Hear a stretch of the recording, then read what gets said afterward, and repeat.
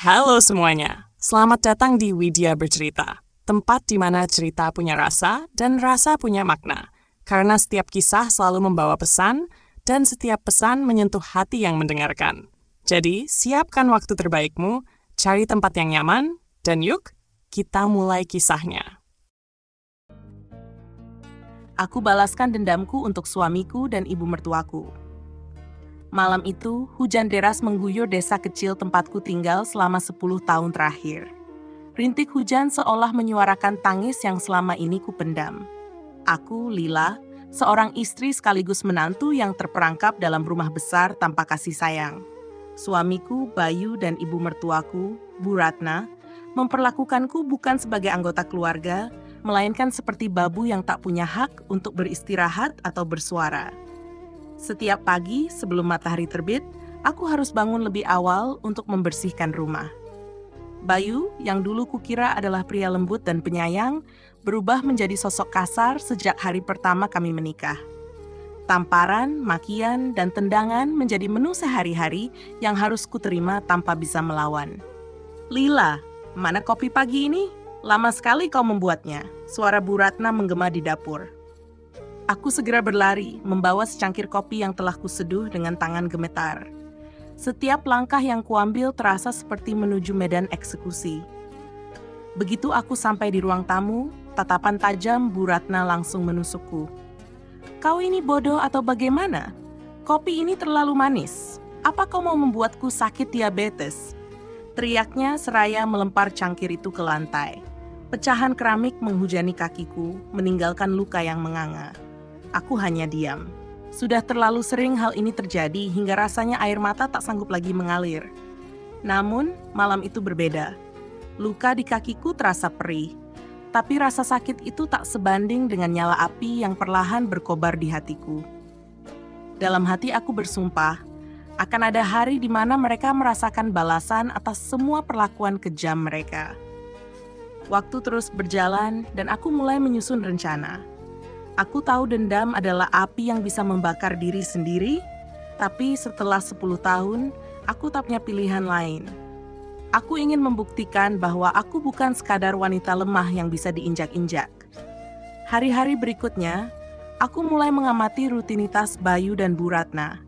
Mereka selalu lengah saat merasa berkuasa.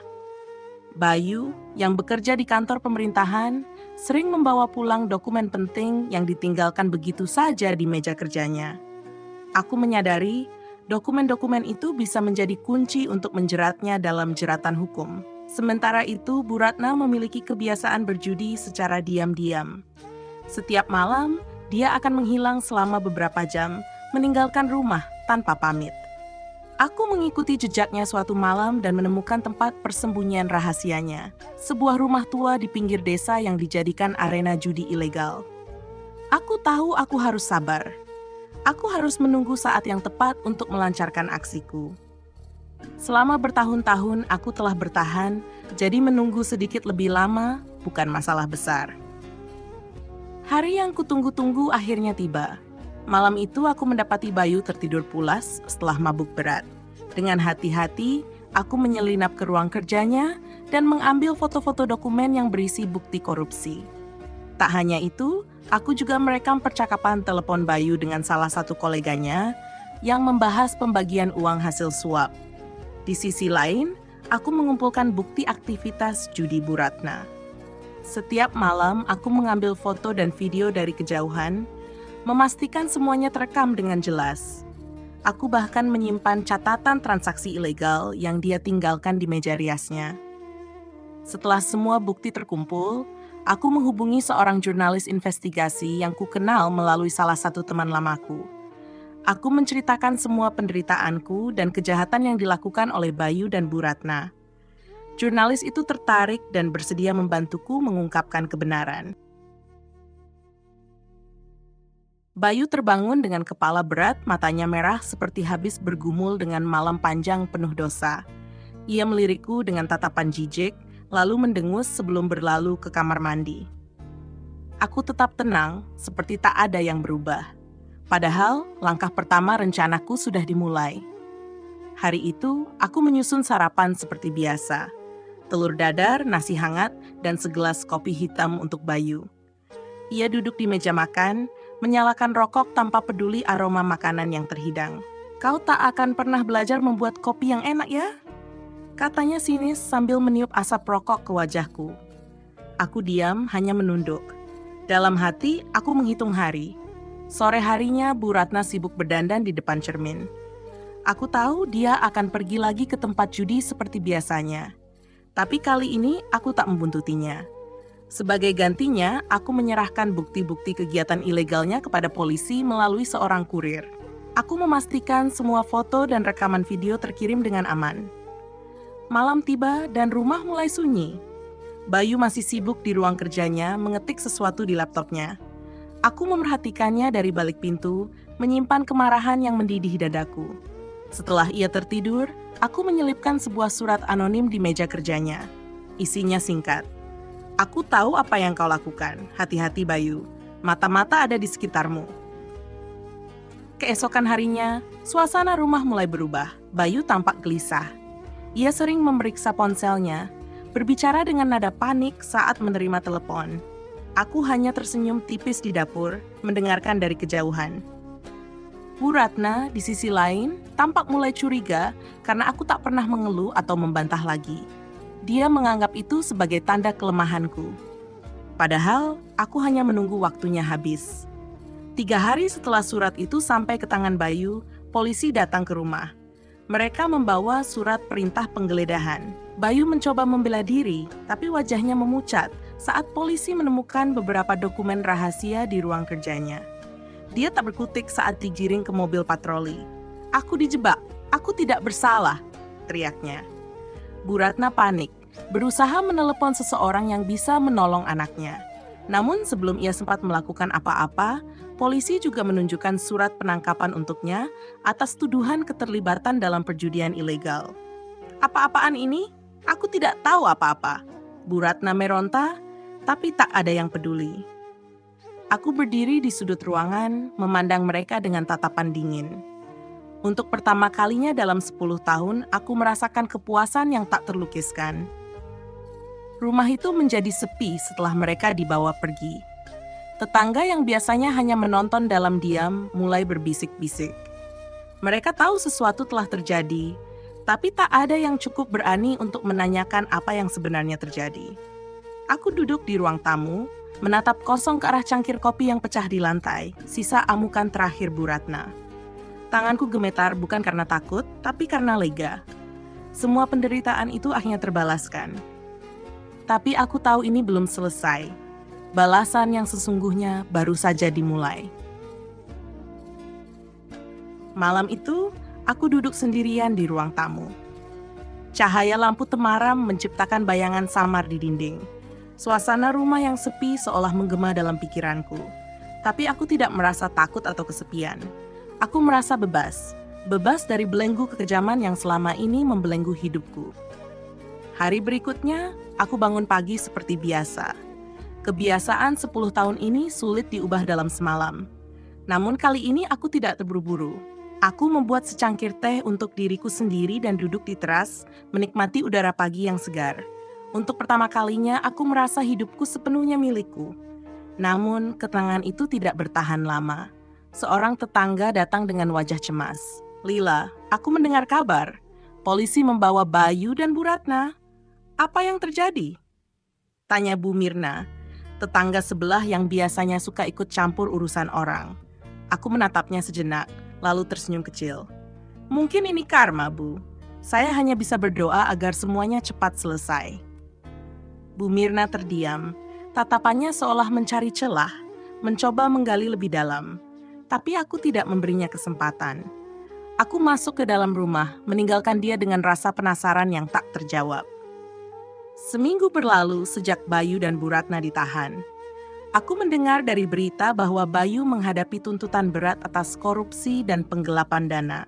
Sementara itu, Bu Ratna terjerat kasus perjudian ilegal dan diduga terlibat dalam jaringan besar yang sedang diusut. Aku tahu mereka tidak akan kembali dalam waktu dekat. Tapi ada satu hal yang masih mengganjal di hatiku.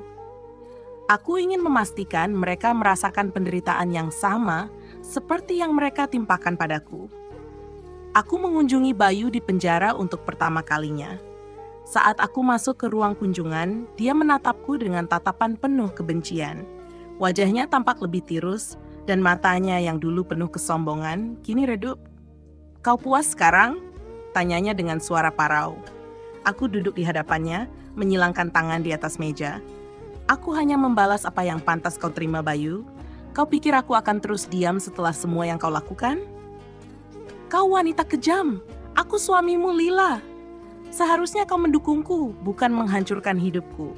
Aku tertawa kecil, tapi tak ada kehangatan dalam tawa itu. "Suami? Sejak kapan kau berperilaku seperti suami? Kau memperlakukanku seperti sampah, memukulku, menghina setiap usaha yang kulakukan. Aku hanya memberimu rasa yang sama." Bayu terdiam, rahangnya mengeras. Aku tahu dia tidak akan pernah mengakui kesalahannya. Tapi aku tidak peduli lagi. "Aku tidak akan berhenti, Bayu," lanjutku. "Selama ini aku lemah, tapi sekarang ku tahu caranya melawan. Ini baru permulaan." Aku bangkit dari kursi, menatapnya untuk terakhir kali sebelum pergi. Langkahku ringan seolah semua beban perlahan hilang. Setelah kunjungan itu, aku mengalihkan perhatianku pada Bu Ratna. Aku tahu di penjara, dia tidak akan mendapatkan perlakuan istimewa seperti di rumah. Wanita sombong itu harus merasakan bagaimana rasanya hidup tanpa pelayan, tanpa kuasa, tanpa kehormatan. Aku memastikan berita tentang penangkapannya menyebar luas. Aku menemui beberapa tetangga yang selama ini membenci Bu Ratna karena kelakuannya yang angkuh. "Kalian tahu, Bu Ratna itu ternyata terlibat jaringan judi besar," kataku sambil berpura-pura prihatin. "Polisi sudah lama mengincarnya." Bisik-bisik itu menyebar seperti api. Dalam waktu singkat, reputasi Bu Ratna hancur di mata masyarakat. Orang-orang yang dulu menghormatinya karena kekayaan dan status sosialnya kini memandangnya dengan hina. Setiap malam, aku tidur dengan rasa puas. Tapi di sisi lain, ada sedikit perasaan hampa yang tak bisa kujelaskan. Meski dendamku terbalaskan, luka yang mereka tinggalkan tidak serta-merta sembuh.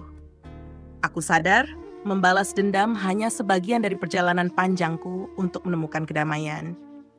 Aku mulai mencari kegiatan yang bisa mengisi waktu luangku. Aku bergabung dengan kelompok wanita di desa yang aktif dalam kegiatan sosial. Mereka menyambutku dengan hangat, memberiku ruang untuk berbicara dan mendengar. Perlahan, aku menemukan kembali jati diriku yang hilang. Namun, di balik senyumku, aku masih menyimpan satu pertanyaan besar. Apakah aku benar-benar sudah bebas, atau hanya berpindah dari satu penjara ke penjara lain? Aku tahu jawabannya tidak akan mudah, tapi untuk pertama kalinya dalam hidupku, aku siap mencari tahu. Rumah itu kini hanya dihuni oleh bayang-bayang masa lalu. Setiap sudutnya mengingatkanku pada penderitaan yang pernah kualami. Tapi aku tidak takut lagi. Rumah ini adalah tempat di mana aku belajar bertahan, tempat di mana aku menemukan kekuatan untuk melawan. Aku berdiri di depan cermin, menatap refleksiku. Wanita yang kulihat di sana bukan lagi Lila yang lemah. Aku adalah wanita yang telah menghadapi badai dan tetap berdiri tegak. Dan aku berjanji, aku tidak akan pernah membiarkan siapapun lagi merenggut kebahagiaanku. Aku akan terus berjalan, mencari arti baru dalam hidupku. Dendamku mungkin telah terbalaskan, tapi perjalananku baru saja dimulai. Malam kembali menyelimuti desa kecil itu. Angin dingin berhembus menerpa pepohonan, seolah menyanyikan elegi bagi masa lalu yang kelam. Aku duduk di teras rumah, ditemani secangkir teh yang mulai mendingin. Dalam keheningan itu, pikiranku melayang pada kehidupan baru yang sedang kujalani. Sejak kepergian Bayu dan Bu Ratna, aku tak lagi merasa takut. Namun ada sesuatu yang tak bisa kupungkiri. Kehampaan yang perlahan menyusup di sela-sela kebahagiaanku. Aku sadar, hidupku selama ini telah dibentuk oleh rasa sakit dan dendam.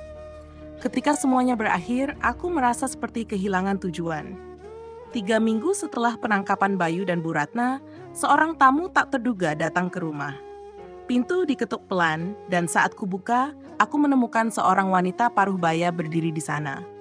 Wajahnya menunjukkan kelelahan, tapi matanya tajam. "Selamat malam, apakah Anda Lila?" Tanyanya dengan suara lembut. "Iya, saya sendiri. Ada yang bisa saya bantu?" Wanita itu menarik napas panjang. "Nama saya Mira. Saya, adik dari almarhum suami pertama Bu Ratna. Saya mendengar kabar tentang kejadian yang menimpa keluarga ini." Aku tertegun. 10 tahun hidup bersama Bayu dan Bu Ratna, aku tak pernah mendengar tentang keluarga besar mereka. "Mungkin ini terdengar aneh," lanjutnya, "tapi saya ingin berbicara dengan Anda. Saya merasa ada banyak hal yang harus saya luruskan." Aku mengangguk, mempersilakannya masuk. Kami duduk di ruang tamu, dan dia mulai bercerita. "Tahukah Anda, Lila? Bu Ratna tidak selalu seperti ini. Dulu dia adalah wanita yang lembut dan penuh kasih. Tapi segalanya berubah ketika suaminya meninggal secara mendadak. Kehilangan itu membuatnya menjadi wanita yang pahit dan keras, dan dia melampiaskannya pada orang-orang di sekitarnya." Aku mendengarkan dengan hati-hati. Meski sulit untuk percaya bahwa wanita seperti Bu Ratna pernah memiliki sisi lembut, ada sesuatu dalam nada suara Mira yang membuatku percaya.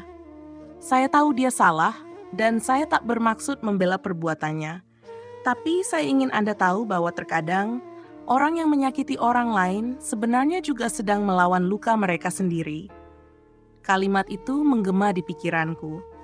Aku tak berkata apa-apa, tapi dalam hati aku bertanya-tanya, apakah benar dendam yang kubalas ini cukup untuk mengakhiri siklus luka itu? Mira kemudian menyodorkan sebuah amplop. Ini surat yang ditulis oleh almarhum suami Bu Ratna sebelum meninggal. Dia menulisnya untuk Bayu dan ibunya. Mungkin Anda ingin membacanya. Aku membuka amplop itu dengan hati-hati. Tulisan tangan yang rapi memenuhi halaman kertas. Surat itu penuh dengan pesan cinta, harapan, dan penyesalan. Kata-kata terakhirnya meminta Bu Ratna dan Bayu untuk saling menjaga dan tidak membiarkan kebencian menguasai mereka. Aku terdiam, merenungkan setiap kata. Meskipun aku tahu tidak ada yang bisa menghapus luka yang telah terjadi, surat itu memberiku perspektif baru. "Terima kasih telah menunjukkan ini, Bu Mira," kataku pelan. Dia mengangguk dan pergi, meninggalkanku dengan banyak pikiran. Malam itu aku tidak bisa tidur. Kata-kata di surat itu terus terngiang-ngiang di kepalaku. Keesokan harinya, aku memutuskan untuk melakukan sesuatu yang tidak pernah terlintas dalam benakku sebelumnya. Aku pergi ke penjara, kali ini untuk menemui Bu Ratna. Saat aku duduk di ruang kunjungan, Bu Ratna masuk dengan wajah yang tampak lebih tua dan lelah. Tatapannya dingin, tapi aku tetap berusaha tenang. "Ada apa lagi? Kau puas melihat aku seperti ini?" Tanyanya dengan nada sinis. "Aku datang bukan untuk itu," jawabku pelan. "Aku ingin menunjukkan sesuatu." Aku meletakkan surat dari suaminya di atas meja. Bu Ratna memandang surat itu dengan tatapan terkejut. Tangannya gemetar saat mengambilnya, dan matanya perlahan berkaca-kaca saat membacanya. Dia menulis ini?" Suaranya bergetar. "Ya," jawabku singkat. Air mata mulai mengalir di pipinya. Untuk pertama kalinya aku melihat sisi Bu Ratna yang rapuh.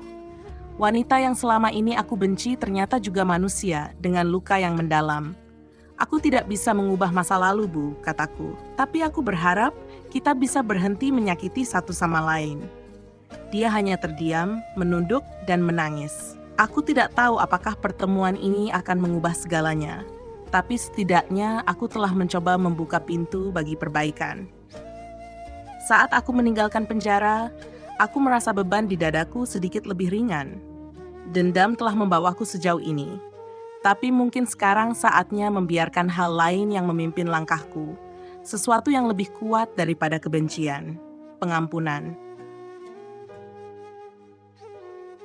Hari-hari berikutnya, aku mencoba menjalani hidup dengan cara yang berbeda. Namun, hatiku tetap terasa berat. Pengampunan memang bukan sesuatu yang datang begitu saja. Ia adalah sebuah perjalanan, dan aku masih berada di awal langkah. Setelah kunjunganku ke penjara, aku tak bisa berhenti memikirkan Bayu. Meskipun aku telah membalas semua perlakuannya, ada bagian kecil di hatiku yang masih terhubung padanya, entah karena kebiasaan atau sisa-sisa cinta yang dulu pernah ada.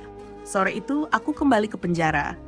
Kali ini untuk menemui Bayu, meskipun aku tahu dia mungkin masih menyimpan kebencian padaku. Ketika dia duduk di depanku, wajahnya terlihat lebih kusut dan penuh kemarahan. "Untuk apa kau datang lagi? Mau melihat aku menderita?" tanyanya tajam. Aku menghela napas panjang. "Aku tidak datang untuk itu, Bayu. Aku datang karena aku ingin kita bicara. Untuk terakhir kalinya." Bayu menyilangkan tangan di dadanya, jelas tak tertarik. Namun, aku tetap melanjutkan. 10 tahun aku hidup dalam penderitaan di rumah ini, Bayu. Kau dan ibumu memperlakukan aku seperti budak, bahkan lebih buruk. Aku tidak akan memaafkan semua itu dengan mudah. Tapi di balik semua rasa sakit itu, aku sadar dendamku juga tidak akan mengubah apapun. Bayu tertawa kecil, penuh sinisme. "Jadi kau kesini untuk ceramah? Kau pikir aku peduli?" Aku menggenggam tanganku erat, menahan emosi. "Tidak, aku tidak peduli apa kau peduli atau tidak. Aku hanya ingin mengakhiri semuanya di sini. Aku ingin melangkah maju tanpa membawa kebencian lagi, Bayu, dan aku harap kau juga bisa melakukannya." Tatapannya melunak sedikit, meskipun ia masih memasang wajah keras. "Melangkah maju? Kau kira hidupku akan kembali seperti semula? Aku kehilangan segalanya, Lila. Reputasi, kebebasan, bahkan harga diriku. Semua karena kau." Suaranya bergetar, penuh kepahitan. "Aku tahu," jawabku pelan. "Tapi kau harus mengerti, aku tidak membalas untuk menghancurkanmu, Bayu. Aku membalas untuk bertahan. Kalau aku tidak melawan, aku mungkin tidak akan pernah keluar dari neraka yang kalian ciptakan." Bayu terdiam, matanya menatap lurus ke arahku. Aku bisa melihat campuran emosi di sana. Kemarahan, penyesalan, dan mungkin sedikit rasa malu. "Kau punya pilihan, Bayu," kataku, suaraku melembut. "Kau bisa terus menyalahkanku dan tetap tenggelam dalam kebencian. Atau kau bisa mulai menerima kenyataan dan mencoba memperbaiki dirimu." Bayu tidak menjawab. Hanya napasnya yang terdengar, berat dan lambat. Aku tahu percakapan ini mungkin tidak akan mengubahnya sepenuhnya, tapi aku ingin dia tahu bahwa aku sudah memilih jalan yang berbeda. Aku bangkit dari kursi, memandangnya untuk terakhir kali. "Aku berharap kau menemukan kedamaianmu, Bayu. Sama seperti aku mencoba menemukan kedamaianku." Tanpa menunggu jawaban, aku melangkah pergi. Hari-hari berlalu dengan lambat, tapi aku merasa ada sesuatu yang mulai berubah dalam diriku. Aku tak lagi terbangun dengan rasa marah atau takut. Aku mulai mengisi waktuku dengan hal-hal yang memberiku kebahagiaan kecil. Berkebun, membaca buku, dan berinteraksi dengan tetangga yang kini memandangku dengan lebih hormat. Suatu pagi, aku menerima surat dari penjara. Surat itu berasal dari Bayu. Aku membuka amplop itu dengan perasaan campur aduk. Tulisan tangannya tampak berantakan, seolah ditulis dengan penuh emosi. "Lila, aku membaca surat ini berkali-kali sebelum memutuskan untuk menulis balasan. Aku tidak tahu apa yang membuatmu datang menemuiku waktu itu. Aku masih marah, masih merasa dikhianati, tapi di sisi lain aku juga sadar bahwa aku telah salah. Mungkin aku tidak akan pernah bisa meminta maaf dengan cara yang cukup untuk membalas semua yang telah kulakukan padamu. Tapi aku ingin kau tahu, aku akan mencoba. Tidak untukmu, tapi untuk diriku sendiri. Aku tidak tahu apakah kau bisa memaafkanku, tapi aku ingin berterima kasih karena kau memberi aku kesempatan untuk merenung.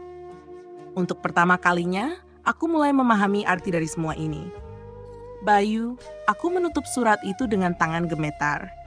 Air mata perlahan mengalir di pipiku, bukan karena sedih, tapi karena lega. Mungkin ini adalah langkah pertama menuju sesuatu yang lebih baik. Aku tahu perjalanan ini belum selesai. Tapi untuk pertama kalinya, aku merasa siap untuk menghadapi apapun yang ada di depan. Bukan dengan dendam, melainkan hati yang lebih kuat. Hari-hari terus berlalu, namun surat dari Bayu tetap membekas di hatiku. Meski dendam yang pernah membara kini mereda, tak bisa kupungkiri bahwa ada perasaan berat yang belum sepenuhnya sirna. Hidup memang tak semudah membalikan telapak tangan. Sore itu, aku sedang menyapu halaman saat Pak Rahmat, tetangga yang baik hati, datang membawa kabar yang membuatku terdiam. "Lila, aku mendengar sesuatu dari petugas penjara," ucapnya dengan nada hati-hati. Bayu, dia mengalami masa sulit di sana. Dia mencoba mengakhiri hidupnya. Jantungku seperti berhenti berdetak. Aku menatap Pak Rahmat dengan mata yang mulai memanas. Bagaimana keadaannya sekarang? Tanyaku, suaraku nyaris berbisik. Dia selamat, tapi keadaannya lemah. Mungkin kau perlu menjenguknya. Malam itu, pikiran tentang Bayu tak henti-hentinya mengusik tidurku. Meski ada banyak luka yang ia torehkan, aku tak pernah menginginkan sesuatu yang buruk menimpa dirinya. Keesokan harinya, aku memutuskan untuk mengunjungi Bayu di rumah sakit penjara. Langkah kakiku terasa berat, tetapi hatiku tahu bahwa ini adalah sesuatu yang harus kulakukan. Sesampainya di sana, aku melihat Bayu terbaring lemah dengan perban melingkar di pergelangan tangannya. Wajahnya yang dulu penuh percaya diri, kini terlihat letih, dengan mata yang kehilangan cahayanya. Dia menatapku sekilas, lalu membuang pandangannya. "Kenapa kau datang?" Suaranya lemah, tapi masih mengandung sisa kekerasan hati. Aku menarik kursi dan duduk di sampingnya. Aku datang karena aku peduli Bayu. Aku mendengar apa yang terjadi, dan aku tak bisa diam saja. Bayu tertawa kecil, meski tak ada kebahagiaan di dalamnya. "Peduli? Kau mungkin senang melihat aku seperti ini, bukan? Setelah semua yang aku lakukan." Aku menggeleng perlahan. "Tidak, Bayu. Aku tidak pernah menginginkan hal buruk terjadi padamu. Aku hanya ingin kau tahu bahwa hidup masih punya makna jika kau mau mencarinya." Dia terdiam sejenak, matanya menatap langit-langit ruangan. "Aku kehilangan segalanya, Lila. Aku tidak tahu harus mulai dari mana." Aku menghela napas panjang, menahan air mata yang hampir jatuh. "Bayu, aku tahu kau merasa hancur. Tapi jika kau ingin memperbaiki hidupmu, kau harus mulai dari dirimu sendiri. Aku tidak bisa membantumu lebih dari ini, tapi aku berdoa kau menemukan jalan yang benar." Dia menutup matanya, dan aku bisa melihat air mata mengalir di sudut matanya. Aku tidak tahu apakah kata-kataku akan berpengaruh, tapi setidaknya aku telah mencoba. Seiring berjalannya waktu, aku mulai melihat sedikit perubahan dalam diri Bayu. Lewat surat-suratnya, dia menceritakan bagaimana dia mencoba mendekatkan diri pada Tuhan dan mencari makna hidup yang baru. Di sisi lain, hidupku juga perlahan berubah. Aku lebih banyak terlibat dalam kegiatan sosial di desa, membantu orang-orang yang membutuhkan. Taman kecil di halaman rumah menjadi tempat favoritku untuk mencari ketenangan. Tetangga-tetangga yang dulu hanya mengenalku sebagai istri Bayu, kini memandangku sebagai Lila, seorang wanita yang mampu bangkit dari masa lalu. Mereka mengajakku bergabung dalam berbagai kegiatan, dan aku merasa diterima dengan hangat. Namun ada satu hal lagi yang harus kulakukan. Aku tahu, aku harus menemui Bu Ratna untuk terakhir kalinya. Bukan untuk mengungkit masa lalu, tetapi untuk melepaskan semua yang masih membelenggu hatiku. Ketika aku duduk di ruang kunjungan penjara, Bu Ratna menatapku dengan dingin. "Apalagi yang kau inginkan dariku?" tanyanya singkat. Aku menatapnya dengan tenang. "Aku datang untuk mengakhiri semuanya, Bu. Aku tak akan melupakan apa yang telah terjadi, tapi aku juga tak ingin hidup dalam bayang-bayang kebencian lagi." Matanya berkedip cepat, seolah mencoba menahan air mata. Aku tahu ia mungkin tak akan pernah mengucapkan permintaan maaf, tetapi itu tak lagi penting bagiku. Aku bangkit dari kursi, menatapnya untuk terakhir kali. "Semoga ibu menemukan kedamaian," kataku sebelum beranjak pergi. Langit di luar terasa lebih cerah, seolah menguatkan langkahku. Aku telah menyelesaikan babak hidup yang penuh dengan luka, dan kini aku siap untuk menulis kisah baru dengan hati yang lebih lapang. Meskipun perjalanan ini tak mudah, aku tahu bahwa aku telah melangkah di jalur yang benar. Dan di dalam diriku, ada keyakinan bahwa kehidupan yang lebih baik menantiku di depan. Namun, aku tidak menyangka bahwa perjalanan menuju kedamaian tidak semudah yang kubayangkan. Setelah kunjunganku ke Bu Ratna, gosip mulai beredar di desa. Beberapa orang menuduhku mencari perhatian dan membangun citra sebagai korban semata. Sebagian lainnya merasa aku tak seharusnya menemui mantan mertuaku, seolah aku sengaja mencari masalah baru. "Lila, apa kau tidak takut?" Orang seperti Bu Ratna itu berbahaya. Dia pasti menyimpan dendam, ucap Ibu Santi, tetangga sebelah, suatu pagi. Aku hanya tersenyum pahit. Aku tidak bisa hidup dengan ketakutan, Bu. Aku hanya ingin menutup lembaran lama. Namun, ketenangan itu tak bertahan lama. Suatu malam, aku menemukan pintu rumahku penuh coretan kasar dengan kata-kata menyakitkan. Perempuan hina, pencari perhatian. Aku terdiam di depan pintu, berusaha menahan gemetar di tanganku. Siapa yang melakukan ini? Apakah ini balasan atas keberanianku untuk melawan? Tetangga yang mendengar kejadian itu datang memberikan simpati, tapi aku tahu ada yang diam-diam menikmati kesulitanku. Di tengah kekacauan ini, aku menerima surat dari Bayu lagi. Lila, aku mendengar desas-desus tentang apa yang terjadi padamu. Aku hanya ingin bilang bahwa aku menyesal telah membawa semua ini ke dalam hidupmu. Jika saja aku bisa mengubah masa lalu, aku ingin memperbaiki semuanya. Tapi aku tahu itu mustahil. Aku hanya bisa berdoa agar kau kuat menghadapi semuanya. Aku membaca surat itu berulang kali, mencoba mencari kejujuran di balik kata-katanya. Entah kenapa, ada sesuatu dalam surat itu yang membuatku merasa bahwa Bayu sedang menghadapi masalah besar. Beberapa hari kemudian, kabar mengejutkan kembali menghampiriku. Seorang petugas penjara datang ke rumahku, membawa pesan serius. Bu Lila, kami menemukan sesuatu yang mencurigakan. Bayu menerima ancaman dari sesama narapidana. Kami menduga ini ada kaitannya dengan kasus masa lalunya, atau bahkan seseorang dari luar yang tidak suka pada Anda. Aku terpaku, mencoba mencerna ucapan petugas itu. Apa yang bisa kulakukan untuk membantu? Tanyaku akhirnya. Kami menyarankan agar Anda lebih berhati-hati. Ancaman seperti ini bisa saja meluas, mengingat keterkaitan Anda dengan Bayu. Aku teringat coretan di pintu rumahku. Apakah ini semua berkaitan? Malam itu, aku duduk di kamar, memandangi foto lama keluargaku bersama Bayu. Rasa takut kembali menyergapku. Meski aku mencoba melepaskan masa lalu, bayangannya terus menghantui. Namun, aku tahu bahwa menyerah bukan pilihan. Aku tidak akan membiarkan ketakutan ini merampas kebebasan yang sudah dengan susah payah kurai. Aku memutuskan untuk mencari tahu kebenaran di balik ancaman ini, meski itu berarti kembali menghadapi Bayu dan masa lalu kelam yang pernah kukubur. Dengan penuh tekad, aku menulis surat balasan untuk Bayu. Bayu, aku mendengar tentang ancaman yang kau terima, dan aku ingin tahu lebih banyak. Jika ada yang bisa kulakukan untuk membantu, katakan padaku. Aku tidak bisa membiarkan semua ini terus berlarut-larut. Kita harus menyelesaikan ini, apapun caranya. Aku mengirim surat itu ke penjara, berharap Bayu mau membuka diri. Tak lama, balasan darinya datang. Lila, aku tidak ingin membawamu ke dalam kekacauan ini, tapi jika kau bersikeras, aku akan memberitahumu. Beberapa orang di penjara ini mengira aku masih memiliki kekuasaan di luar sana, padahal semuanya sudah hancur. Mereka memanfaatkan situasi ini untuk menekan aku, bahkan mengancam akan mencelakakanmu jika aku tidak menurut. Surat itu membuat tubuhku merinding. Ancaman ini bukan sekadar permainan.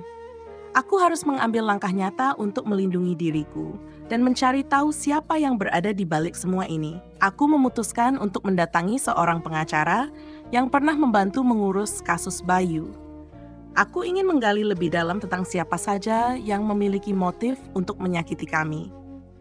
Lila, situasi ini tidak sederhana, ujar pengacara itu setelah mendengar ceritaku. Bayu mungkin memiliki musuh lama, tapi bisa juga ada pihak lain yang memanfaatkan kerentanan kalian. Kita harus berhati-hati dan mengumpulkan bukti. Aku tahu keputusan untuk menggali kebenaran ini akan membuka kembali luka lama. Tapi aku juga tahu bahwa inilah satu-satunya cara untuk mengakhiri semuanya. Aku tak ingin hidup dalam bayang-bayang ancaman selamanya. Dengan langkah penuh tekad, aku bersiap menghadapi badai yang mungkin lebih besar dari sebelumnya.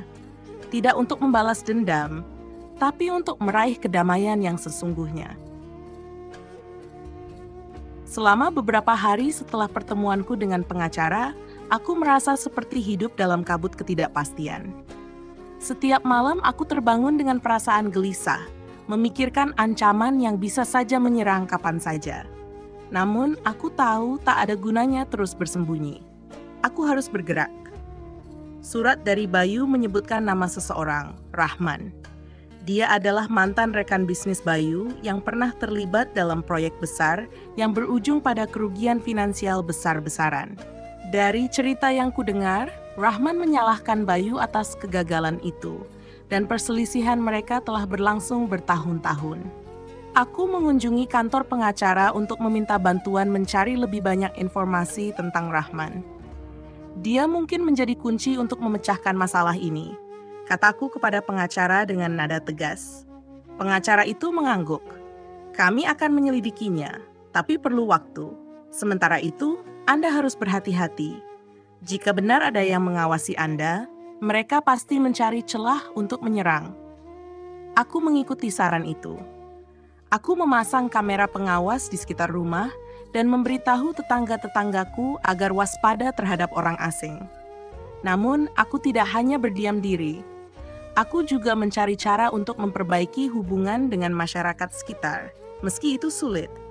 Setiap kali aku melangkah keluar rumah, ada bisik-bisik di belakangku. Orang-orang masih menganggapku sebagai bagian dari keluarga Bayu, yang membuatku sulit mendapatkan kepercayaan penuh. Sore itu, aku memutuskan untuk menghadiri pertemuan warga di balai desa. Awalnya, suasana terasa canggung. Semua mata tertuju padaku saat aku masuk ke ruangan. Namun, aku tetap bertahan, menenangkan diri dan mencoba membaur. Ketika sesi tanya-jawab dimulai, seorang ibu bernama Bu Mira tiba-tiba berdiri dan menatapku tajam. Lila, kau bilang ingin memperbaiki hidupmu, tapi kenapa kau masih berurusan dengan penjahat seperti Bayu? Bukankah seharusnya kau menjauhi semua itu? Pertanyaan itu seperti petir yang menyambar di tengah keramaian. Semua orang menunggu jawabanku. Aku berdiri, berusaha menjaga suara tetap tenang meski hatiku bergemuruh. Bu Mira, saya mengerti pandangan ibu dan yang lainnya. Tapi saya bukan lagi Lila yang dulu, yang hidup di bawah bayang-bayang suami dan mertuanya. Saya hanya ingin menjalani hidup dengan damai, tanpa dendam. Namun ancaman ini bukan hanya soal masa lalu saya, tapi juga soal keselamatan saya dan keluarga. Jika saya diam, siapa yang akan melindungi saya? Ruangan itu hening sejenak sebelum Pak Rahmat, tetangga yang selalu mendukungku, angkat bicara. Kita semua tahu bagaimana hidup Lila selama ini. Dia sudah cukup menderita. Kita sebagai tetangga seharusnya mendukungnya, bukan malah menghakimi. Satu persatu warga mulai menyuarakan pendapat mereka. Beberapa mendukungku, sementara yang lain masih ragu.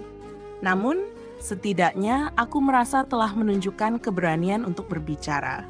Beberapa hari kemudian, aku mendapat kabar dari pengacara bahwa Rahman memang memiliki riwayat konflik panjang dengan Bayu. Bahkan, ada laporan bahwa Rahman pernah menyewa seseorang untuk mengintimidasi keluarga Bayu. Aku merasa darahku mendidih mendengar itu, tapi aku tahu aku harus tetap tenang. Aku mengunjungi Bayu lagi di penjara untuk membahas informasi ini. Ketika aku menyampaikan dugaan keterlibatan Rahman, ekspresi Bayu berubah suram. Aku sudah menduganya, ucapnya pelan. Rahman selalu menyimpan dendam. Dia tak akan berhenti sampai dia merasa puas. Tapi kenapa dia mengancamku juga? Aku tak ada hubungannya dengan konflik kalian, tanyaku. Bayu menatapku, matanya penuh penyesalan. Lila, dia tahu satu hal yang paling menyakitkan bagiku. Membuatmu terluka. Itulah caranya membalas dendam. Mendengar itu, aku merasa hatiku seperti ditusuk. Aku tidak pernah menyangka bahwa konflik masa lalu Bayu akan menyeretku sejauh ini. Aku tidak akan membiarkan dia menghancurkan hidupku lagi, Bayu. Aku akan mencari keadilan untuk diriku sendiri, kataku dengan tegas. Bayu menundukkan kepala. Aku percaya padamu, Lila. Aku hanya berharap kau berhati-hati. Setelah pertemuan itu, aku mulai bekerja sama dengan pengacara dan pihak berwenang untuk mengumpulkan bukti terhadap Rahman. Proses ini tidak mudah, karena Rahman memiliki banyak koneksi dan kekuasaan. Namun, aku tak gentar. Sementara itu, ancaman terus berdatangan. Suatu malam, aku mendengar suara pecahan kaca dari ruang tamu. Ketika aku keluar, aku menemukan batu besar yang dilempar ke dalam rumahku dengan secarik kertas bertuliskan, "Berhenti mencari masalah atau kau akan menyesal." Ketakutan mulai merayap, tapi aku tahu ini adalah ujian untuk keberanianku. Aku melaporkan kejadian itu ke polisi yang segera memperketat pengawasan di sekitar rumahku. Setelah berminggu-minggu penyelidikan, akhirnya kami menemukan bukti kuat bahwa Rahman memang berada di balik semua ancaman ini. Dengan bantuan pihak berwenang, Rahman ditangkap dan proses hukum pun dimulai. Namun, aku tahu bahwa ini bukan akhir dari perjuanganku. Luka yang ditinggalkan oleh masa lalu masih ada, tapi aku memilih untuk melanjutkan hidup dengan keberanian dan kekuatan. Aku telah membuktikan bahwa meski badai datang menghantam, aku mampu berdiri tegak dan melawan. Perjalanan ini belum selesai, tapi aku yakin aku telah berada di jalur yang benar. Hari-hari berlalu setelah penangkapan Rahman, tetapi ketegangan di dalam diri saya tak kunjung reda. Meski rahasia besar tentang dirinya mulai terungkap, saya merasa ada sesuatu yang lebih besar dan lebih gelap yang mengintai di balik bayang-bayangnya. Ancaman terhadap saya belum sepenuhnya berhenti, dan aku mulai merasa bahwa masalah ini masih jauh dari selesai. Suatu malam, sekitar 2 minggu setelah Rahman ditangkap, saya mendengar ketukan keras di pintu rumahku. Jantungku berdebar hebat. Ketika saya membuka pintu, saya terkejut menemukan sebuah amplop coklat besar tergeletak di depan pintu tanpa ada siapapun di sana. Meskipun tubuhku kaku karena ketakutan, aku memberanikan diri untuk membuka amplop itu. Dalam amplop tersebut terdapat foto-foto saya yang diambil secara diam-diam. Foto saya sedang berbicara dengan pengacara, foto saya sedang keluar dari rumah sakit, bahkan ada foto saya ketika saya berbicara dengan Bayu di penjara. Semua itu disertai dengan pesan tertulis yang menegangkan. Ini baru permulaan, Lila. Kau tidak tahu siapa yang benar-benar mengendalikan permainan ini. Berhenti berusaha membuka masa lalu. Jika tidak, apa yang akan terjadi padamu tidak akan semudah yang kau bayangkan. Kau akan menyesal. Badan saya gemetar saat membaca pesan itu. Seseorang sedang memantau setiap gerak-gerikku, dan itu membuatku semakin cemas. Tapi siapa? Rahman sudah ditangkap, apakah ada pihak lain yang terlibat? Keesokan harinya, saya memutuskan untuk pergi ke kantor polisi dan melaporkan ancaman baru ini. Petugas yang menangani kasus ini menanggapi dengan serius dan segera menambahkan pengawasan terhadap saya. Namun, mereka juga mengatakan bahwa jika ini adalah permainan orang yang lebih kuat di balik layar, mereka mungkin akan sulit untuk menangani dengan cepat. Lila, kau harus lebih berhati-hati. Orang yang melakukan ini pasti memiliki pengaruh yang besar, dan mereka akan berusaha mengendalikan semuanya dari bayangan. Jangan ragu untuk melapor jika ada hal mencurigakan, kata Pak Arman, petugas yang menangani kasus ini. Namun, meski ada perlindungan dari pihak berwajib, rasa takut semakin menguasai diri saya. Setiap langkah yang saya ambil terasa terperangkap dalam ancaman yang datang tanpa henti. Saya merasa terasing bahkan oleh tetangga-tetangga yang dulu mendukungku. Mereka sekarang mulai memandangku dengan penuh curiga. Suatu malam yang gelap, saya menerima telepon dari nomor yang tidak dikenal. Ketika saya mengangkatnya, suara berat dan kasar terdengar di seberang sana. Kau benar-benar berpikir bisa melarikan diri dari masa lalu, Lila? Ini bukan permainan yang bisa kau selesaikan begitu saja. Bayu dan keluarganya adalah bagian dari masalah ini, dan selama kau masih terhubung dengan mereka, kau akan selalu menjadi sasaran, ujar suara itu dengan penuh ancaman. Aku terdiam, napasku terhenti. Siapa ini? Tanyaku dengan gemetar. Apa yang kau inginkan dariku? Semua yang kau cari akan hilang begitu saja. Bayu hanyalah pion dalam permainan ini, dan kau, Lila, akan menjadi korban berikutnya. Jawab suara itu dengan tawa sinis. Lalu sambungan telepon terputus. Suara itu begitu asing, namun terasa seperti datang dari masa lalu yang ingin kututup rapat-rapat. Pikiranku mulai berputar, mencoba mencari tahu siapa yang ada di balik semua ini. Apa yang sebenarnya terjadi? Apakah ada sesuatu yang lebih besar dan lebih gelap daripada yang kubayangkan? Keesokan harinya, saya menemui Bayu lagi di penjara. Wajahnya yang lelah terlihat lebih dalam, seolah menyimpan beban berat. Ada yang mencoba mengintai kita, Lila. Aku mendengar kabar tentangmu, dan aku rasa orang itu bukan hanya sekadar musuh lama. Dia lebih kuat dari yang kita kira, kata Bayu dengan suara serak. Kita harus mencari tahu siapa itu Bayu. Aku tidak bisa terus hidup dalam ketakutan seperti ini, jawabku. Mataku penuh tekad. Bayu mengangguk perlahan. Aku akan mencari cara untuk memberitahumu lebih banyak. Tapi kita harus berhati-hati. Mereka tak akan segan-segan menghabisi kita. Kembali ke rumah, aku mulai merasa cemas. Tak hanya ancaman fisik, tetapi juga ketidakpastian yang menghantui hatiku. Rasa khawatir menyeluruh semakin membuatku merasa terpojok. Hari-hari setelah itu terasa semakin mencekam. Setiap kali aku melangkah keluar rumah, ada rasa seolah-olah seseorang mengawasi. Mobil yang parkir di depan rumah tanpa alasan yang jelas, langkah kaki yang terdengar di malam hari. Semua ini seperti bayang-bayang yang menghantui. Suatu malam, ketika aku sedang menulis surat untuk Bayu, sebuah suara keras tiba-tiba terdengar di jendela. Aku berlari keluar dan melihat sebuah mobil hitam yang bergerak menjauh dengan cepat. Ada sesuatu yang salah, dan aku merasa ini adalah ancaman yang lebih besar lagi. Tak lama setelah itu, polisi menghubungiku dan memberitahu bahwa Rahman, yang sudah ditangkap, ternyata memiliki jaringan yang jauh lebih luas. Ia terhubung dengan orang-orang berpengaruh yang memiliki kekuatan di berbagai bidang. Polisi bahkan menduga bahwa beberapa pejabat tinggi terlibat dalam permainan ini. Mereka memperingatkan aku untuk lebih berhati-hati, karena orang-orang yang terlibat memiliki cara-cara licik untuk menyembunyikan jejak mereka. Rasa takut semakin mencekam, namun aku tahu satu hal. Jika aku membiarkan ketakutan ini menguasai, maka aku akan kalah.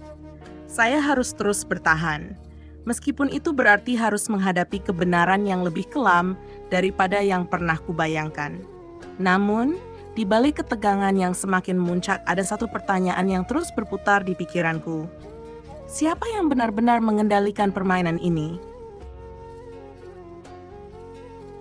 Suasana rumahku semakin mencekam. Hari-hari yang kulalui penuh dengan perasaan terjebak, seperti berada dalam sebuah labirin yang tak pernah berujung.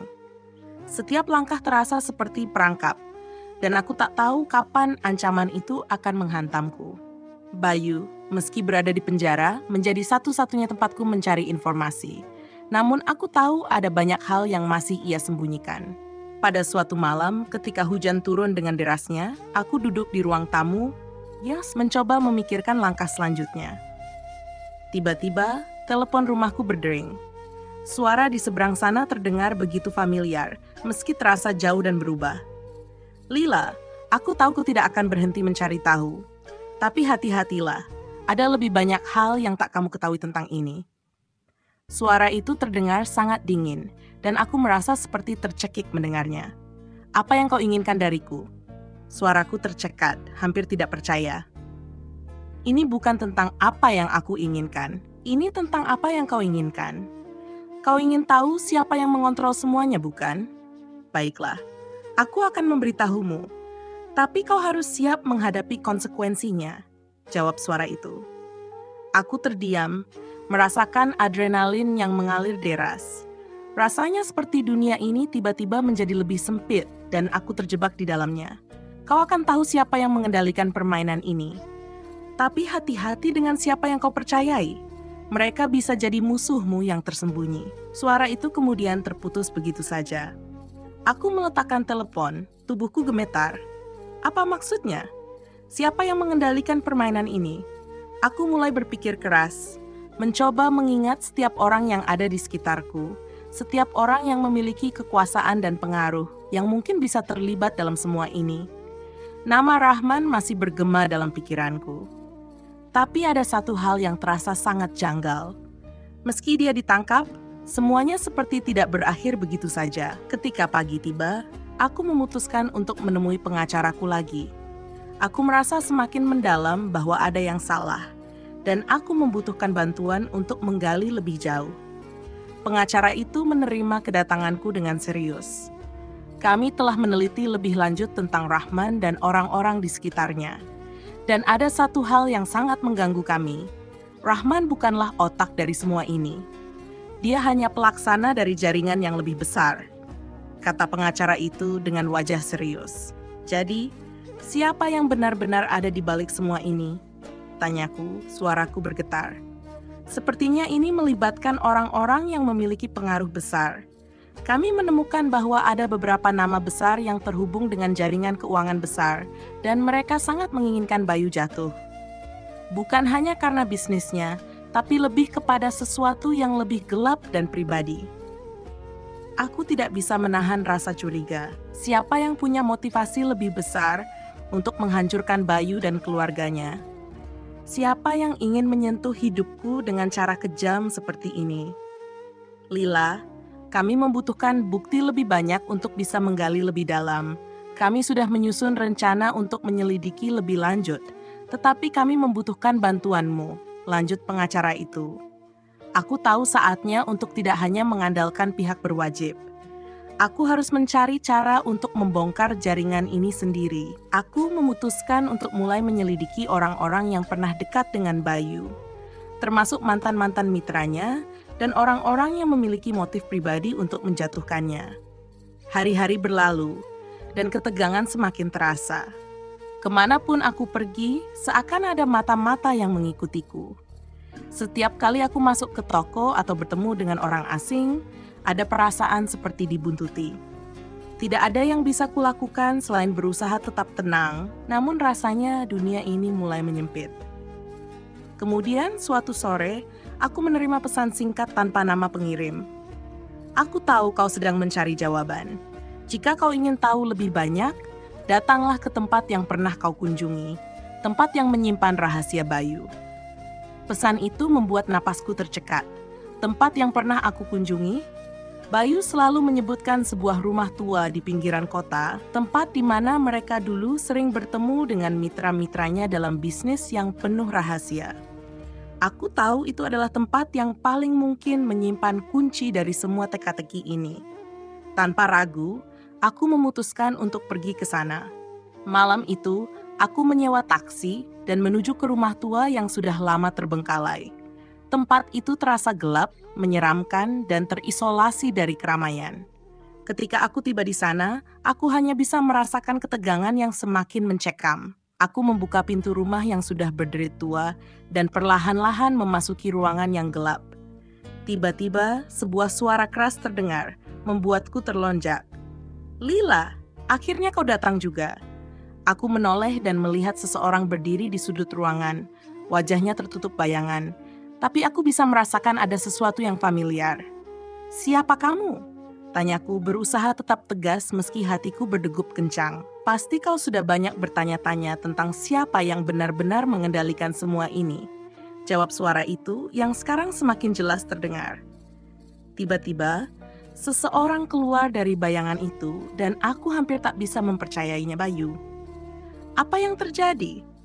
Kenapa kamu di sini?" tanyaku dengan suara gemetar. Aku terpaksa jawab Bayu dengan wajah yang kosong. Rahman bukanlah orang yang mengendalikan semuanya. Aku yang selama ini menjadi alat dalam permainan ini. Semua ini dirancang oleh mereka yang berada di balik jaringan keuangan gelap yang tak pernah kita duga. Dan kau, Lila, sudah terjebak di dalamnya tanpa tahu apa yang sebenarnya terjadi. Aku merasa dunia seakan runtuh di sekelilingku. Bayu, dia yang selama ini aku percayai, ternyata telah terlibat dalam sesuatu yang jauh lebih besar, lebih gelap dari yang bisa kubayangkan. Kenapa kau tak memberitahuku, Bayu? Kenapa tidak ada yang mengatakan yang sebenarnya? Aku tak tahu apa yang harus kulakukan, kataku, suara bergetar. Bayu menatapku dengan tatapan kosong. Aku ingin keluar dari semua ini, Lila. Tapi mereka tak akan membiarkanku begitu saja. Dan kau akan menjadi bagian dari takdir ini, tidak peduli seberapa keras kau mencoba lari. Darahku terasa beku. Segalanya semakin tidak jelas, Dan aku tahu kini aku harus berhadapan dengan kenyataan yang jauh lebih berbahaya dari yang pernah aku bayangkan. Tubuhku gemetar, namun aku berusaha tetap tenang. Bayu berdiri di depanku dengan tatapan yang begitu kosong, seolah-olah ada bagian dari dirinya yang sudah mati. Hati kecilku tidak bisa menerima kenyataan bahwa orang yang selama ini aku percayai ternyata terjerat dalam permainan yang lebih besar dan lebih berbahaya. "Bayu, ini tidak bisa dibiarkan begitu saja," kataku suara serak. "Apa yang mereka inginkan dari kita? Kenapa kau tidak pernah memberitahuku?" Bayu menarik napas panjang seolah berusaha mencari kata-kata yang tepat. "Aku ingin melindungimu, Lila. Tapi semakin aku mencoba menjauh, semakin mereka mengancam kita. Aku terjebak dalam perangkap mereka, dan setiap langkahku semakin mengarah pada kehancuran. Aku tidak bisa memberitahumu lebih banyak tanpa mengundang bahaya yang lebih besar." Aku menatap Bayu, merasa teriris oleh rasa sakit yang ada di balik kata-katanya. Seberapa besar dia berusaha melindungiku, aku tahu bahwa ada kekuatan yang lebih besar dari dirinya yang menariknya kembali ke dalam permainan ini. "Siapa mereka, Bayu? Siapa yang mengendalikan semuanya?" Bayu menunduk, matanya terlihat penuh penyesalan. "Aku tidak bisa memberitahumu lebih banyak. Kau harus pergi sekarang, Lila. Mereka sudah mengincarmu. Aku tak ingin kau jatuh lebih dalam lagi." Aku menatapnya dengan bingung dan marah. "Aku tidak akan pergi begitu saja, Bayu. Aku harus tahu kebenarannya. Kalau kita tidak melawan sekarang, semuanya akan semakin buruk." Bayu mendekat, menahan tanganku dengan erat. "Lila, kau tidak tahu apa yang sedang kita hadapi. Mereka memiliki segala sesuatu, uang, kekuasaan, dan pengaruh yang tak terbayangkan. Kita sudah terjebak di dalamnya sejak lama." Mata kami saling bertemu, dan aku merasakan ada sesuatu yang dalam di balik kata-katanya. Tetapi saat itu juga, ketegangan di dalam tubuhku semakin menjadi-jadi. Ada sesuatu yang mengancam kami, sesuatu yang lebih gelap dari yang bisa kuterima. "Tapi kita tidak bisa menyerah, Bayu," kataku dengan tekad. "Aku sudah cukup menderita. Cukup sudah aku dan keluarga ini terjebak dalam kebohongan dan permainan mereka. Aku ingin melawan. Jika kita tidak melawan, mereka akan terus menguasai hidup kita. Kita akan selalu menjadi korban." Bayu menghela napas, wajahnya semakin tegang. "Aku tidak bisa membiarkanmu terlibat lebih jauh lagi, Lila. Kau sudah cukup menderita. Pergilah sebelum semuanya terlambat."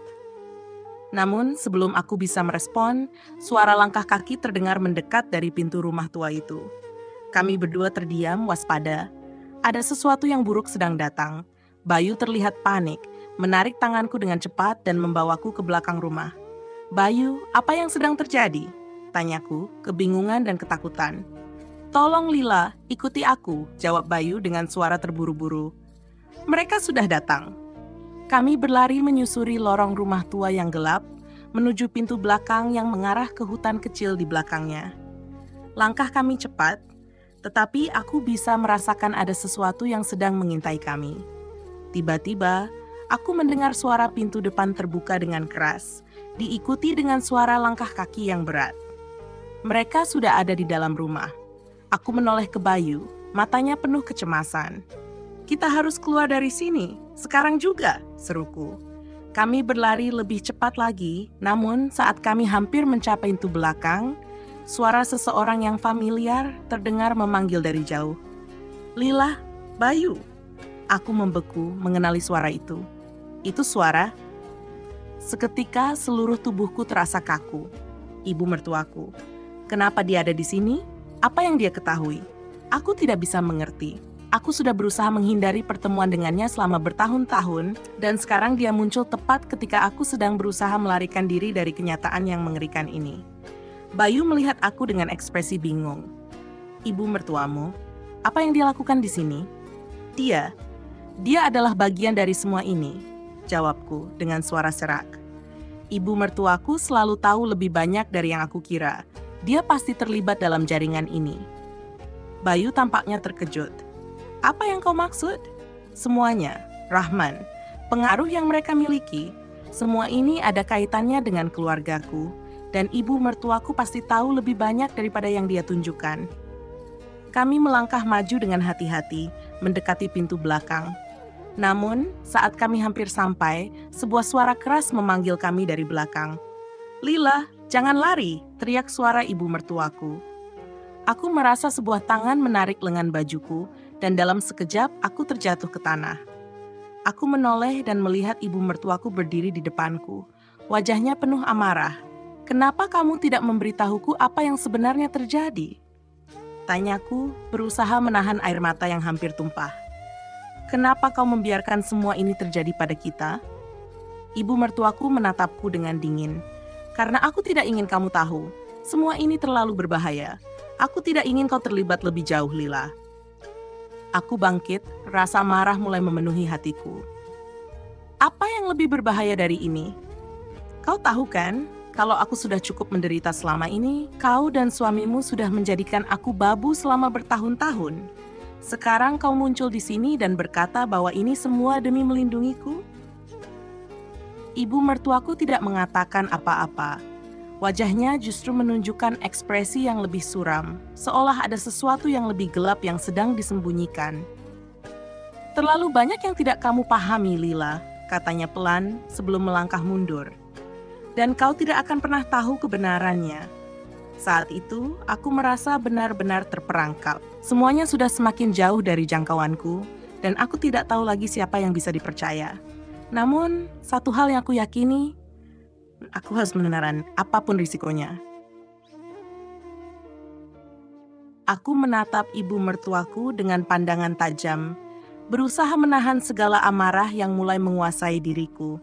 Semua kebohongan, semua penderitaan yang kuterima selama bertahun-tahun, kini terungkap dalam benakku seperti serpihan kaca tajam. Mengapa dia tidak pernah memberitahuku apa yang terjadi di balik layar? Kenapa dia tidak pernah memberiku kesempatan untuk tahu yang sebenarnya? Ibu mertuaku hanya berdiri diam, matanya menunduk. Sebuah kekosongan yang dalam tampak di wajahnya. Rasanya semua kata-kata yang ingin kuucapkan terjebak di tenggorokanku. Aku ingin berteriak, ingin melepaskan segala perasaan sakit dan marah, tetapi bibirku terkunci rapat. "Cukup sudah," seruku akhirnya, suaraku hampir pecah. "Jangan berpura-pura melindungiku. Selama ini kau justru yang membuat hidupku lebih sulit. Semua yang terjadi pada Bayu dan aku, semua kebohongan itu ada padamu." Ibu mertuaku perlahan mengangkat wajahnya. Ada kelelahan di matanya, tetapi juga rasa kesal yang mendalam. "Kau tidak tahu apa yang sebenarnya terjadi, Lila. Kau tak bisa mengerti. Aku hanya mencoba melindungimu. Dan kau tak bisa mengubah apa yang sudah terjadi." Aku mendekat, menatapnya dalam-dalam. "Aku sudah cukup menderita, Ibu. Cukup, Bayu sudah kehilangan segalanya. Dan aku bahkan hampir kehilangan diriku sendiri karena terjebak dalam kebohongan kalian." Dia menutup matanya sejenak, lalu membuka dengan perlahan. "Kau harus berhenti mencari tahu lebih dalam, Lila. Kau tidak akan menemukan apa yang kau cari. Keputusan sudah diambil, dan ada banyak hal yang lebih besar daripada yang bisa kamu bayangkan. Semuanya sudah berjalan terlalu jauh. Aku merasa ada sesuatu yang lebih besar, yang lebih gelap, yang sedang disembunyikan oleh ibu mertuaku. Semua perkataannya seperti potongan teka-teki yang belum bisa kupecahkan. Ada sesuatu yang tak bisa kujelaskan, sebuah perasaan bahwa semua yang terjadi di sekitar keluarga ini adalah bagian dari sebuah permainan yang lebih rumit, lebih berbahaya. Apa yang sebenarnya terjadi, Ibu? Kenapa semuanya harus seperti ini? Aku ingin tahu semuanya. Aku tidak akan berhenti sampai aku tahu apa yang kau sembunyikan dari kami, ujarku, suara penuh tekad.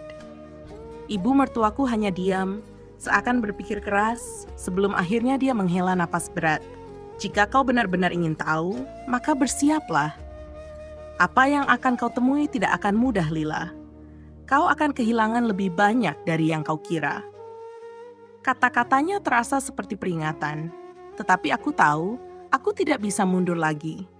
Semua yang terjadi dalam hidupku adalah akibat dari keputusan-keputusan orang-orang di sekitarku.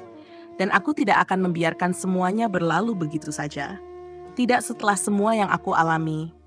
Aku merasa ada tangan yang meraih bahuku, dan saat menoleh, aku melihat Bayu. Wajahnya dipenuhi rasa cemas, seolah dia tahu apa yang akan terjadi selanjutnya. Lila, berhenti. Ini tidak bisa dilanjutkan. Kau tak tahu apa yang akan kita hadapi jika kita terus menggali semuanya. Bayu, jawabku dengan tegas, mencoba menenangkan diri meski jantungku berdegup keras. Aku harus tahu, aku sudah cukup hidup dalam kegelapan ini dan sekarang aku ingin keluar. Aku tidak akan menyerah sebelum tahu semuanya. Bayu menatapku dan untuk pertama kalinya, aku bisa melihat ketakutan yang nyata di matanya. Kau tidak mengerti, Lila. Mereka bisa menghancurkanmu. Mereka sudah melibatkan orang-orang yang lebih kuat dari yang kau kira. Bahkan kita berdua, kita hanyalah pion dalam permainan mereka. Aku merasa dunia seperti berputar semakin cepat, dan aku tidak tahu apakah aku mampu menghadapinya. Namun, ada satu hal yang pasti. Aku tidak bisa mundur lagi. Ibu, katakan padaku siapa yang mengendalikan semuanya. Jangan buat aku terus terjebak dalam kebingungan ini. Aku harus tahu agar aku bisa melindungi diri dan orang yang aku cintai, kataku dengan penuh tekad. Ibu mertuaku terdiam lama, seakan mempertimbangkan sesuatu. Kau tidak akan pernah percaya siapa yang ada di balik semua ini, ujarnya akhirnya, suara penuh keraguan. Aku tidak peduli siapa mereka, Ibu. Aku hanya ingin tahu kebenarannya, jawabku, mencoba menenangkan diri. Setelah beberapa saat yang menegangkan, ibu mertuaku akhirnya menghela napas dan berkata, "Baiklah, kalau kau benar-benar ingin tahu, semuanya dimulai dengan bisnis yang melibatkan kekuasaan besar di luar negeri. Bayu dan aku, kita hanyalah alat. Mereka yang mengendalikan semuanya adalah bagian dari jaringan internasional yang sangat kuat.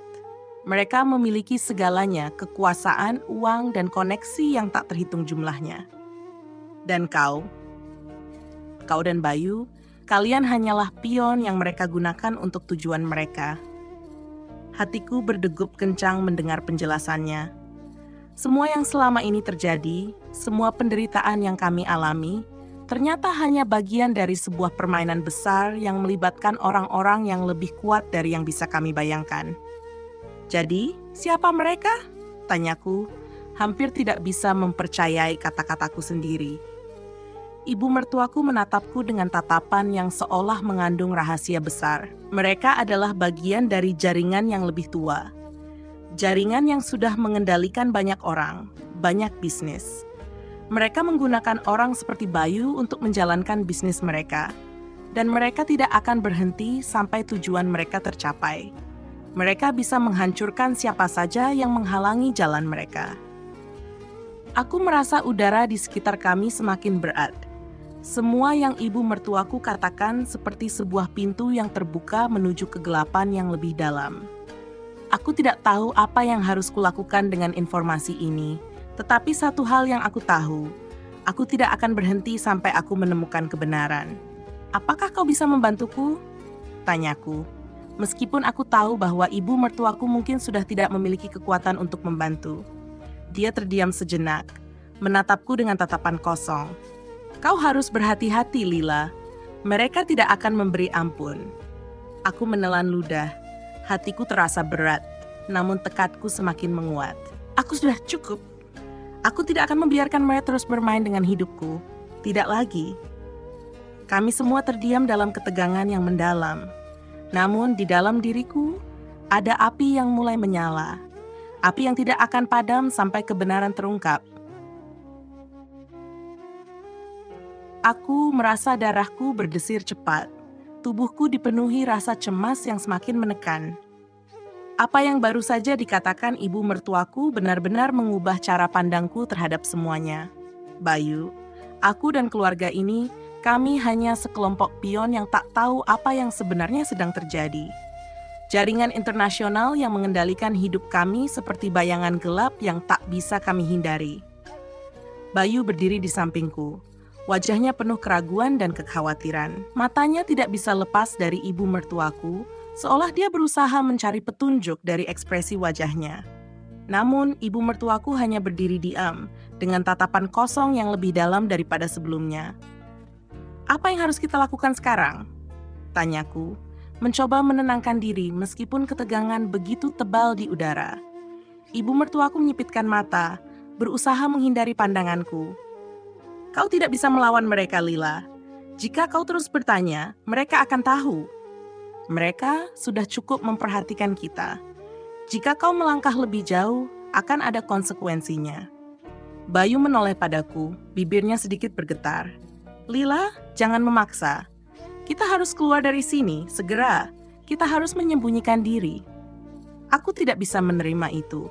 Aku merasa hidupku sudah cukup terkendalikan oleh kekuatan yang lebih besar. Dan sekarang aku tahu siapa yang ada di balik semua ini. Aku tidak bisa mundur. Aku tidak akan membiarkan mereka terus bermain-main dengan hidup kami. Tidak, Bayu. Aku tidak bisa pergi begitu saja. Aku harus tahu siapa yang sebenarnya mengendalikan semuanya. Aku tidak bisa hidup dalam ketakutan lagi. Ibu mertuaku menghela napas berat, seolah memikirkan sesuatu yang jauh lebih besar daripada yang bisa aku pahami. Kau tidak tahu apa yang kau katakan, Lila. Mereka tidak akan berhenti. Mereka akan menghancurkan kita semua. Aku bisa merasakan ketegangan yang begitu kuat di dalam rumah itu. Rasanya seperti setiap sudutnya dipenuhi dengan rahasia yang tak terungkap. Bayu berusaha menarik tanganku, tetapi aku menepisnya dengan lembut. Aku harus tahu, Bayu. Aku harus melawan. Ibu mertuaku menatap kami dengan tatapan penuh kekhawatiran. Kau benar-benar ingin tahu lebih banyak? Kau akan membuat mereka semakin terpicu, Lila. Jika mereka tahu, kita semua akan berakhir. Siapa mereka, Ibu? Tanyaku, suara semakin tajam. Siapa yang mengendalikan hidup kita? Jangan terus bersembunyi di balik ketakutanmu. Aku ingin tahu. Aku bisa merasakan ibu mertuaku berjuang keras dengan dirinya sendiri, seolah ada sesuatu yang menghentikannya untuk berbicara lebih lanjut. Namun akhirnya, dia mengangguk perlahan, seperti menyerah pada kenyataan yang tidak bisa ia hindari lagi. Baiklah, katanya dengan suara pelan, penuh penyesalan. Mereka adalah bagian dari organisasi yang sudah beroperasi selama berpuluh-puluh tahun. Keluarga mereka memiliki jaringan yang menghubungkan bisnis, kekuasaan, dan juga dunia kriminal. Mereka sudah merencanakan segalanya sejak lama, dan kita hanya terjebak dalam permainan mereka tanpa kita tahu. Apa tujuan mereka? Tanyaku, mataku membesar mendengar penjelasannya. Tujuan mereka adalah kontrol, jawab ibu mertuaku. Suara seraknya semakin dalam. Mereka ingin menguasai segalanya, keuangan, politik, bahkan kehidupan pribadi kita. Dan mereka tidak akan berhenti sampai mereka menguasai semua. Kita tidak punya pilihan, Lila. Kita hanya bisa mengikuti aturan mereka, atau kita akan dihancurkan.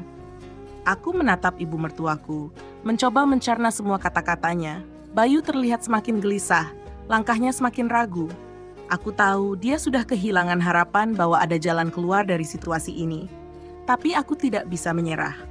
Aku merasa seperti aku berada di tepi jurang, dan satu-satunya jalan adalah melompat. Tidak ada pilihan lain, tanyaku. Suara hampir tidak terdengar. Jadi kita hanya harus menyerah pada mereka? Ibu mertuaku menggelengkan kepala, matanya penuh penyesalan. Aku tidak ingin kau terjebak lebih dalam, Lila. Tapi mereka sudah tahu segalanya tentang kita. Kita hanya bisa melawan dengan cara yang mereka tentukan, atau kita akan menjadi korban berikutnya. Aku merasa seolah ada sesuatu yang menggigit hati. Bayu menatapku dengan tatapan yang penuh kecemasan. Namun, aku sudah merasa bahwa tidak ada jalan lain. Aku tidak bisa mundur. Aku tidak bisa membiarkan mereka terus mengendalikan hidup kami. Ini adalah saatnya untuk mengambil langkah berani.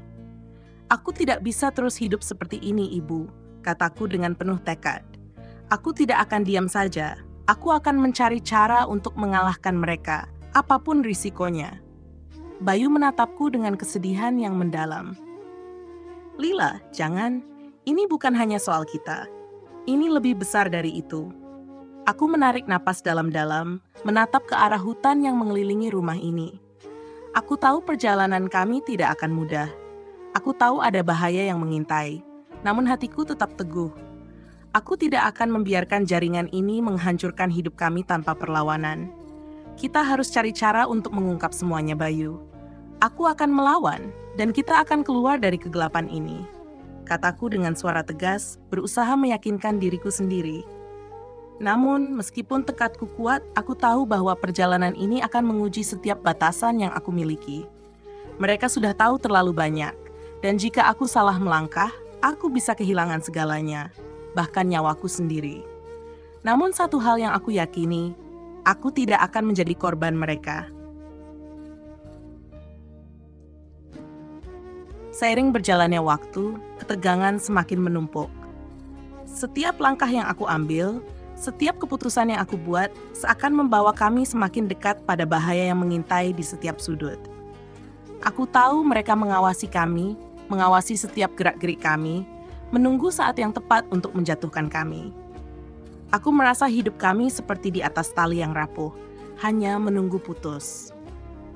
Tapi meski begitu, aku tidak bisa mundur. Tekadku semakin kuat. Aku ingin tahu kebenaran dan aku tidak akan berhenti sampai semuanya terungkap. Aku dan Bayu mulai menyusun rencana, berusaha mencari tahu siapa yang sebenarnya berada di balik semua ini. Kami menggali setiap informasi yang bisa kami temukan, berbicara dengan orang-orang yang mungkin bisa memberi petunjuk. Namun, semakin dalam kami menyelidiki, semakin besar ancaman yang datang. Mereka semakin dekat, dan aku bisa merasakan bahaya yang mengintai di setiap sudut rumah kami. Satu malam, ketika aku sedang memeriksa dokumen-dokumen yang kami kumpulkan, tiba-tiba pintu rumah dibuka dengan keras. Aku menoleh dan melihat seorang pria tinggi besar berdiri di depan pintu, matanya penuh dengan kebencian. Dia mengenakan jas hitam dengan ekspresi yang tak bisa dipahami. "Aku tahu kalian mencari jawaban," katanya dengan suara berat, "tapi kalian tidak akan pernah menemukannya. Kalian sudah terlalu jauh." Bayu berlari ke arahku melindungiku, sementara pria itu maju dengan langkah pasti. "Kalian harus berhenti, jika tidak, kalian akan menghancurkan diri sendiri," ujarnya. Suaranya penuh ancaman. Aku bisa merasakan ketakutan yang merayap, namun ada sesuatu yang lebih kuat daripada rasa takut itu, keinginan untuk melawan. Aku tidak bisa membiarkan hidupku, hidup Bayu, dan hidup kami semua dihancurkan oleh orang-orang yang tidak punya belas kasihan. "Kami tidak akan berhenti," kataku, suaraku bergetar, namun penuh dengan keteguhan. Pria itu tersenyum sinis. "Kau terlalu naif, Lila. Kau tidak tahu siapa yang sebenarnya kamu hadapi. Tapi tidak masalah. Jika ini yang kau inginkan, maka kalian harus siap dengan konsekuensinya." Sebelum aku bisa merespon, dia melangkah maju, dan dalam sekejap, sebuah ledakan kecil terjadi di dekat kami. Kami terhuyung, dan aku merasakan rasa sakit yang tajam di tubuhku. Bayu segera menarikku menjauh dari ledakan itu, tetapi aku bisa merasakan darah mengalir dari tubuhku. Kepalaku berputar, dunia terasa gelap, namun dalam kekelaman itu, aku tahu satu hal, aku tidak akan menyerah. Bayu berteriak, mencoba menolongku, namun aku bisa melihat wajahnya yang penuh ketakutan. Di saat-saat seperti ini, aku hanya bisa berdoa agar semuanya akan berakhir dengan baik. Tiba-tiba, ibu mertuaku muncul dari balik pintu.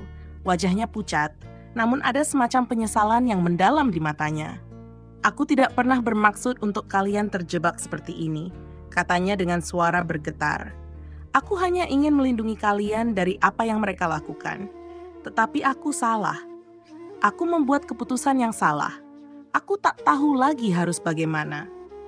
Aku bisa merasakan penderitaan ibu mertuaku, dan meski aku marah padanya selama ini, aku juga tahu bahwa dia mungkin hanya mencoba bertahan dalam permainan yang jauh lebih besar darinya. Semua yang terjadi bukan hanya kesalahan dia, tetapi juga bagian dari permainan yang terlalu rumit untuk dipahami. "Aku tahu, Ibu," kataku, meskipun tubuhku terasa lemah. "Kita harus keluar dari sini.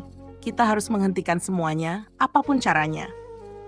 Ibu mertuaku mengangguk, air matanya mulai mengalir. "Aku akan membantumu, Lila. Aku tak bisa membiarkan ini terus berlanjut. Kita akan mengakhiri semua ini bersama." Meskipun aku merasa lemah, ada secercah harapan yang muncul. Aku tahu kami tidak bisa menghadapinya sendiri, tetapi dengan bekerja sama, kami bisa melawan dan membongkar kebenaran. Setelah kejadian malam itu, kami memutuskan untuk pergi jauh dari tempat itu. Kami membawa semua bukti yang bisa kami temukan dan mempersiapkan diri untuk menghadapi kenyataan yang tak terhindarkan. Prosesnya tidak mudah, namun perlahan kami mulai mendapatkan kembali kontrol atas hidup kami. Mereka yang dulu mengendalikan kami, perlahan mulai terungkap satu persatu, dan akhirnya mereka tidak lagi bisa bersembunyi. Aku dan Bayu mulai membangun kembali hidup kami. Meskipun banyak luka yang masih menganga, kami tahu bahwa kami bisa terus melangkah, karena kami telah menanggalkan ketakutan yang dulu mengikat kami. Namun, tidak ada kemenangan yang sempurna tanpa pengorbanan. Aku kehilangan banyak hal dalam perjalanan ini. Kepercayaan, kedamaian, bahkan sebagian dari diriku. Tetapi aku juga menemukan kekuatan yang lebih besar dari yang pernah kubayangkan. Kekuatan untuk melawan, untuk berdiri di kaki sendiri, untuk tidak pernah menyerah, meskipun dunia terasa begitu gelap. Di malam terakhir sebelum kami pergi jauh dari kota ini, aku duduk di luar, melihat langit yang dipenuhi bintang. Bayu duduk di sampingku, memegang tanganku dengan erat. "Kita akan baik-baik saja, Lila," katanya dengan suara penuh harapan. "Kita akan memulai hidup baru, jauh dari semua ini." Aku tersenyum lemah, merasakan air mata mengalir di pipiku. "Terima kasih, Bayu. Tanpa kau, aku tak tahu apakah aku bisa melalui semua ini." Kami saling memandang, dan dalam keheningan itu, aku tahu satu hal. Ini bukan akhir dari perjalanan kami, tetapi awal dari sesuatu yang lebih baik. Semoga cerita ini membawa kedamaian dan harapan bagi siapapun yang membacanya. Jika kalian merasa terinspirasi atau ingin berbagi cerita, jangan ragu untuk menghubungi saya. Sampai jumpa di kesempatan berikutnya. Dan semoga hidup kalian penuh dengan kebahagiaan dan keberanian untuk menghadapi tantangan apapun yang datang. Salam hangat!